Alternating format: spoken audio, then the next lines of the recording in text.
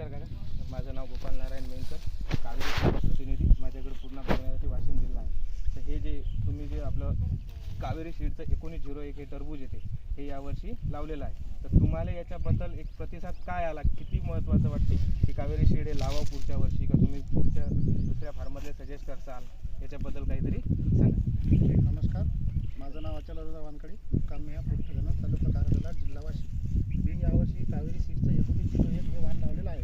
आणि यावर्षी आम्ही लावलेलं आहे कावेरी सीडचं जे 1901.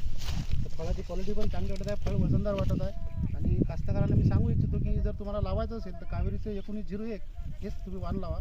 बाकी तुमचा वैयक्तिक प्रश्न, पण माझा सांगतो स्वतःचा प्रश्न की तुम्ही कावेरीचं 1901 हेच फळ लावा. दादा याचं सरासरी वजन किती वाटते?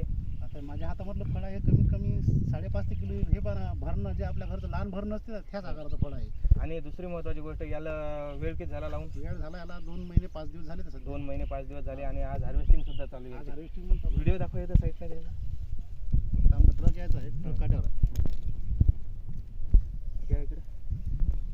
आता समजा पुढच्या वर्षी तुम्ही हेच लावणार का? पुढच्या वर्षी आम्ही 1901. आणि तुम्ही जर शेतकऱ्याला रिकमेंडेशन करसाल काय, दुसऱ्या शेतकऱ्याला सांगसाल ना? बिलकुल 1901 हेच वाण लावा तुम्ही.